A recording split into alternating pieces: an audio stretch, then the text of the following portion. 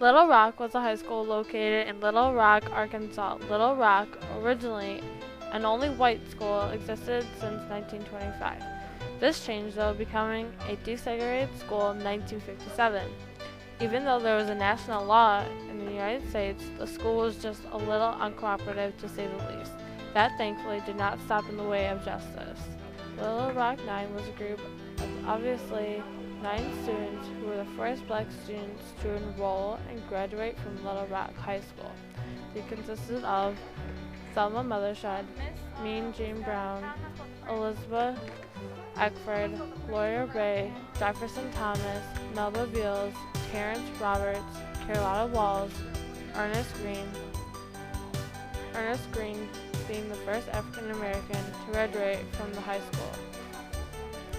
A determined group set forth on receiving equal rights in education, whether others wanted them to or not.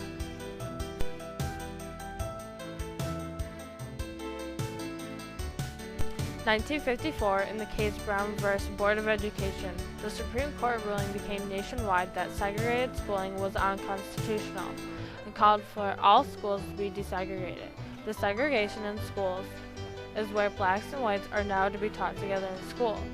Blacks obviously then registered in schools that had never had blacks before, all throughout the country. After a certain case where a group of 9 black students had registered in Little Rock, they had initially denied entrance to the school, with a blockade of students and teachers. This nightmare of angry people was helped provoked by their own Arkansas Governor Orville Favis. This ended up becoming one of the most historically important events in the movement of black civil rights. Attorneys from the U.S. Department wanted to fire the Governor Orville Favis. A judge granted the injunction and his removal from the National Guard.